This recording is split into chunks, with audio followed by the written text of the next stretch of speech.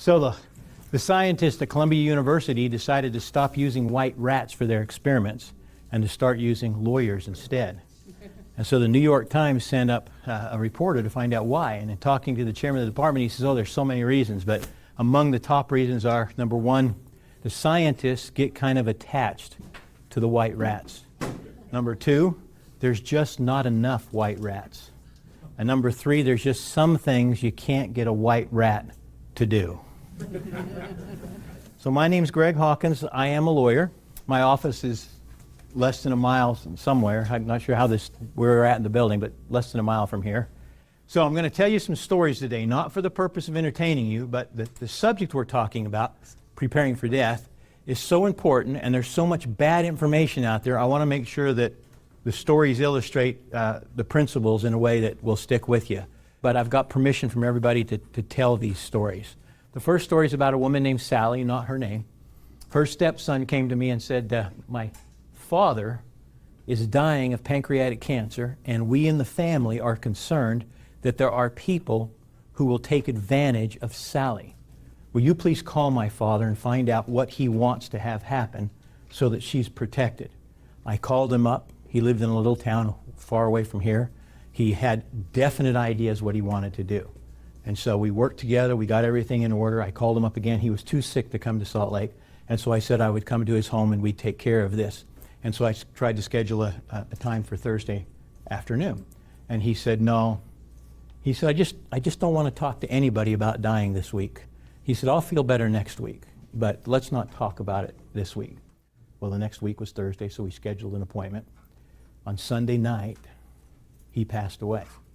Within 2 weeks of his passing, the stepson who had called me and said, will you protect Sally, filed a lawsuit against Sally.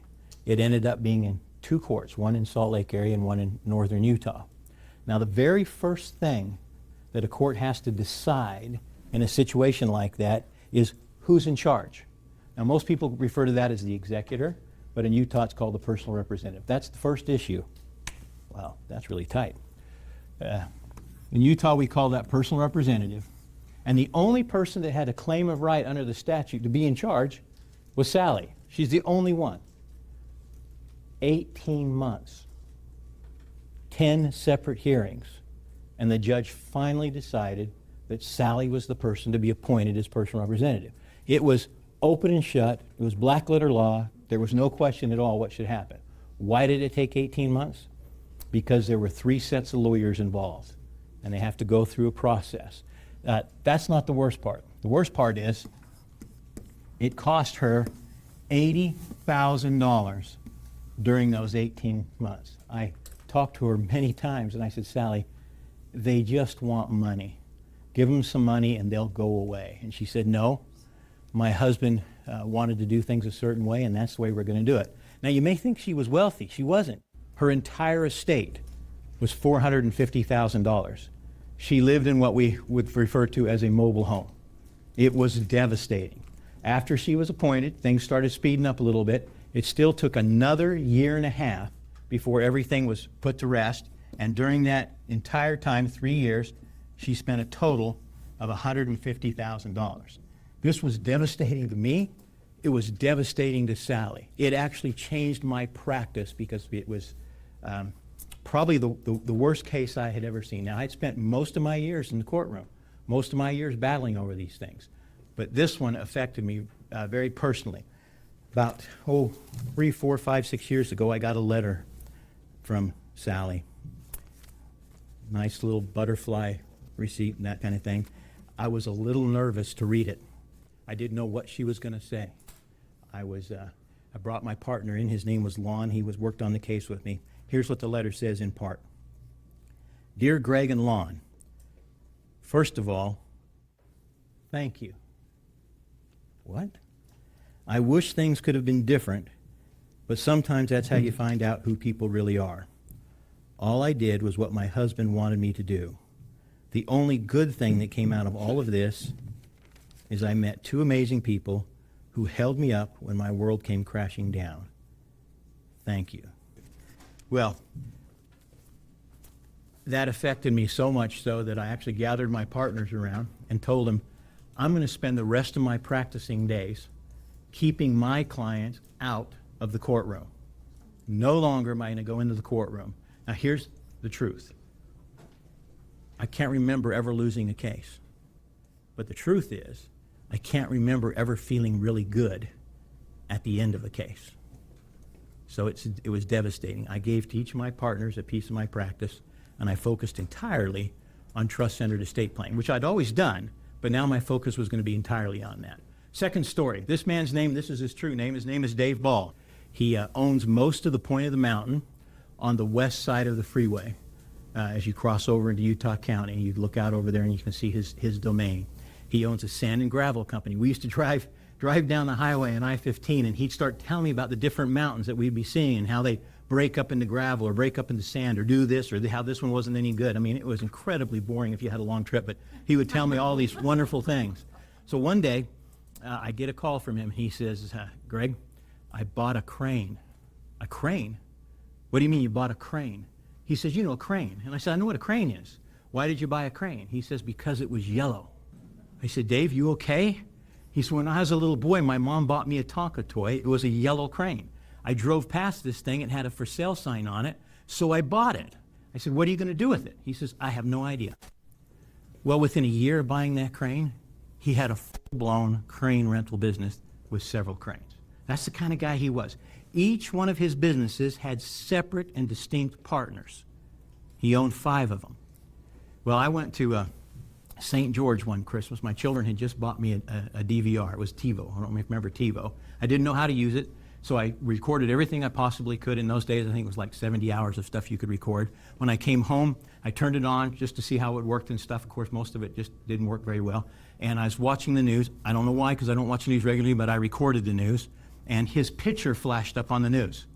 And my kids knew Dave. They liked Dave. And so I said, hey, kids, Dave's on the news. So we backed it up because I was fast-forwarding it and the sound was off, turned up the sound, and the lady who was doing the news said, we're releasing the name of the man who was killed in an avalanche on Christmas Day. I don't know if you've had that experience before where somebody you thought you were close to had passed and you weren't aware of it. It affected me, and it devastated my kids because they really liked him. Just a little parenthetical story about Dave. He had promised my boys he was going to get him a buffalo. Dave always follows through on what he says he's going to do. 6 months after he died, I get a knock on the door. I open the door. It's a man by the name of Dewey Edwards. I said, Dewey, what are you doing here? He said, I'm delivering the buffalo. I looked down. I said, where am I going to put it? And he looked at me and he said, the freezer. It was cut and wrapped and ready to go. But Dave had planned that before he died. He died in an avalanche. He went up to Summit County. That's where he actually lived, but he went up to a particular mountain there, took his family up there, was going snowmobiling because he did that every Christmas. I knew he did that. And he had avalanche beacons for every one of his children and himself. He tested them all before they went up the mountain. His oldest son's avalanche beacon was shorting out. And so he traded avalanche beacons with his oldest son. He thought it worked plenty well. He went up the mountain first. The mountain came down on top of him. The avalanche beacon didn't work. It was devastating for everybody who knew Dave. But still, people who know him, when you say his name, they still smile, even though he's been gone for a few years.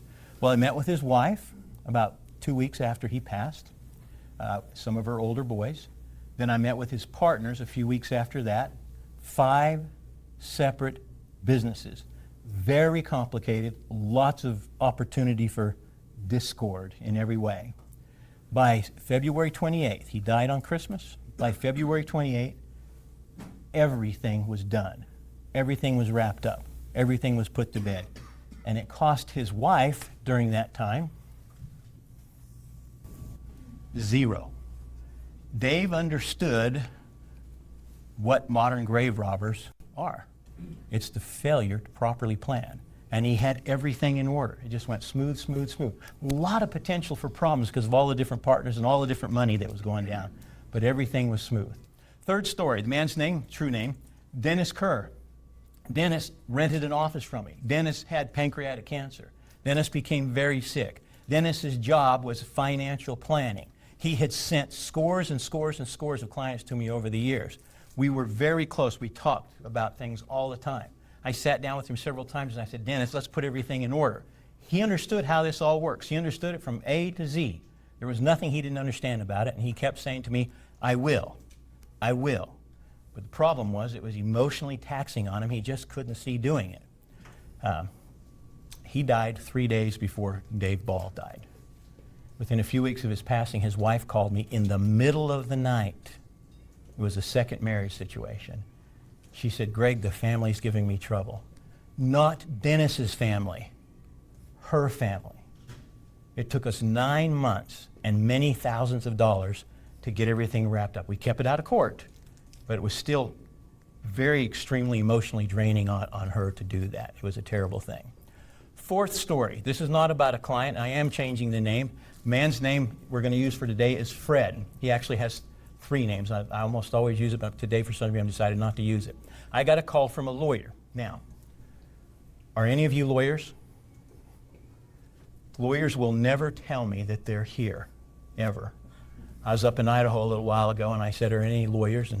And nobody raised their hand. Well, within the next 2 days, 3 of them showed up in my office in Idaho and wanted me to help them. But they wouldn't say in the class. Lawyers are a little, and if you are a lawyer, I don't mean this to offend you in any way, okay? This is true and you have to admit it. Lawyers are a little like dogs.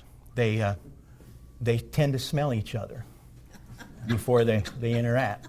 I was at a continuing education class one time, and I was the first one there, and they had 8 tables set up, 10 people at each table. I sat down, dutifully waiting for the class to start, and a fellow came in. He looked at me, and he walks clear to the other side and sits at the farthest table away from me. And then pretty soon another gentleman walks in. He looks at me, he looks at the other fellow, and he sits in the middle. Pretty soon we had 8 people there sitting at 8 different tables. And then, of course, it filled up. That's just how lawyers are. It's not that they're not friendly. It's just that they live in a world of contention and things like that, so they're a little wary. So this lawyer calls me. He says, do you have a client by the name of Fred? And I said, I don't think so. And if I did, legally, I'd have to check with Fred before I could disclose that I had him as a client. But we checked. He called the next day, and I said, we don't have a client by the name of Fred.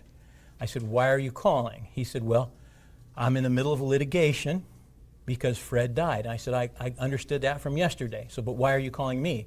He said, well, I represent Fred's estate, and I was in Fred's house, his home office, and I found a letter from you to him.